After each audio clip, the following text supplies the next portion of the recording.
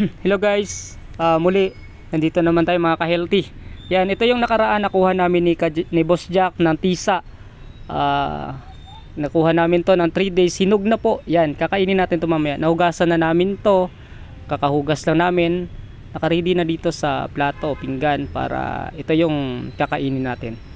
Tsaka mga benepisyo nito marami pala mga guys, so mga kaibigan namin, mga ka-healthy.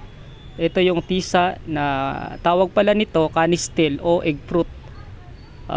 Isang prutas na kilala sa kanyang matamis at creamy na laman.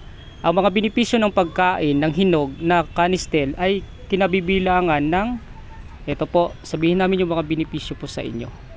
Ito po ay mataas na nutritional o nutrition value. Mayaman po ito sa vitamin A, C at B na mahalaga para sa kalusugan ng balat, ng immune system o system at metabolism. Hello, ang dami pala oh, tignan nyo po. Napaka ito yung buto niya guys, tignan nyo po. At saka yun, pagka natin, wow, ganda guys oh. Nilinisan namin. O nilinisan natin to. Tsaka malagkit siya guys, tignan nyo po. Ito yung niya, yan. Yan oh, linisan natin. Sarap po mga ka-healthy. Yummy. Para siyang texture niya na parang itlog na yung malambot na masarap sa malinamnam. Sarap. Tsaka hindi malagkit siya, tsaka masarap yung lasa niya. Tsaka yung iba pa nga nilalagay ito pang dessert to nila guys. Kain tayo guys. So kain po tayo mga ka-healthy. Sarap. Tsaka hindi lang pala natin to pinapansin sa iba, yung mga puno. Sa kinunan namin ito na huhulog lang doon. At ngayon, kinuha namin yung ito yung buto niya guys, tingnan nyo. Ayan. Tsaka laki dyan. Tapon natin dyan, baka tutubo pa dyan. Ayan. Kain tayo ulit. Yun guys, na mga ka-healthy, na sabi namin kanina, yung benepisyo nito. Una pa lang po yun, meron pa po. Yung benepisyo nito, good source of fiber. Wow! Nakakatulong sa digestion at pagpapabuti ng regular ng pagdumi. Yun, malaki pala to talaga yung galing no, mga ka-healthy. Kaya kumain na kayo nito para maraming sustansya ding makukuha natin sa tisa o yun, canistel o tinatawag din na po na egg fruit, canistel egg fruit yun. At saka meron pa po guys, antioxidant properties. Oh, galing.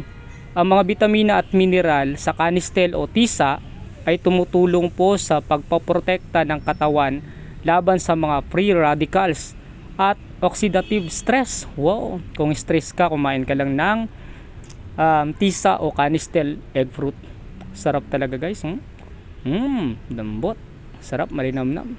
Kain tayo mga ka-healthy. At saka ito din po ay energy boost o energy boss o ang natural na sugar at carbohydrates as sa canistel ay nagbibigay ng mabilis na enerhiya. Wow, magbibigay sa atin ng mabilis na enerhiya.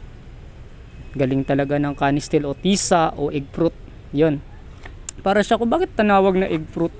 Di man siya para yung may eggplant din oh. May egg fruit din. Kain tayo guys, mga ka-healthy. Yan. At saka ito pa, marami pa po guys pang papaayos ng timbang. Oh, wow, sa mga medyo matataba na dyan. Ito, masarap palang kumain talaga ng canistel o tisa. Magpabawas din po ito ng timbang. Ang fiber content nito ay nakakatulong sa pakiramdam ng pagkabusog na makakatulong sa pagkontrol ng gana sa pagkain. O guys, yan pala makakatulong din po sa atin na hindi tayo matakaw sa pagkain. Pasintabi po sa mga hindi matataba dyan. Kain kayo nito para maiwasan yung matakaw tayo sa pagkain. Kaya uligaliin natin kumakain ng mga prutas, gulay, tsaka ito. Healthy to, maraming benepisyo na makukuha. Yummy, sarap. Nasubukan nyo to.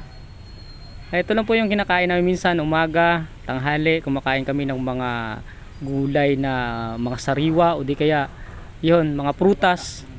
O sa mga bata na nanonood pala sa amin, yan, sa mga magulang, i-recommenda lagi natin sa mga bata na kumakain ng mga gulay o prutas tulad nito, kasi sa mga bata akala nila lason to kasi hindi naman nila nakikita nila sa daan Akala nila lason to. Hindi po, yun, paanohin natin yung mga bata na, alam nyo ba, mahal na mahal po ito.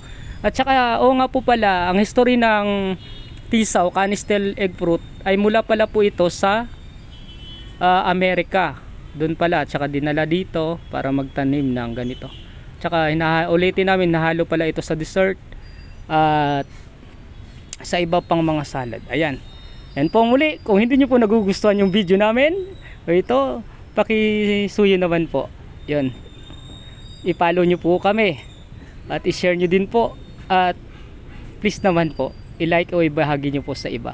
Para marami pa po kaming videos na may upload. Kaya, sarap po ng canistel. Kaya hanggang sa muli. Kaya ang sabi ng lolo natin noon, kung walang knowledge, walang power. Bye bye. Thank you so much po.